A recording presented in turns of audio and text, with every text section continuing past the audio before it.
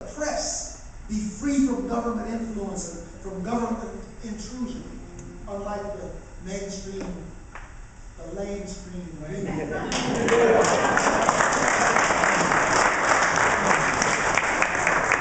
They worship this administration. They refuse to analyze or criticize anything that this president does. That is not a free press. Freedom is the idea that decisions about one's own well-being must be left to the individual and to his or her creator.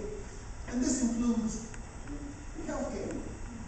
But this administration would take away decisions from the individual and take away decisions from the doctors and place those decisions in the hands of some government bureaucrats. And at the same time, they remove competition from the marketplace, driving up the cost of health care through the roof and driving the quality of health care down into the basement. And Mr. President, if it was such a great plan, why does it have to be delayed until 2015? Yeah. After 2013, why?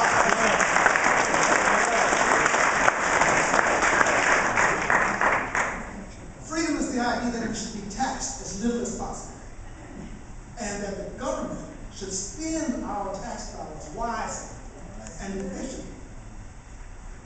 Freedom is that all citizens are treated equally. It's not the idea that the political opponents of this administration would be treated so shabbily by his taxing agents. At least King George taxed everybody's tax. Freedom is the idea that parents should be the decision makers when it comes to the education of their children. Our schools are failing children. More than 40% of Louisiana schools are sub-performing, poorly performing schools. Most of those poorly performing schools are in the black communities.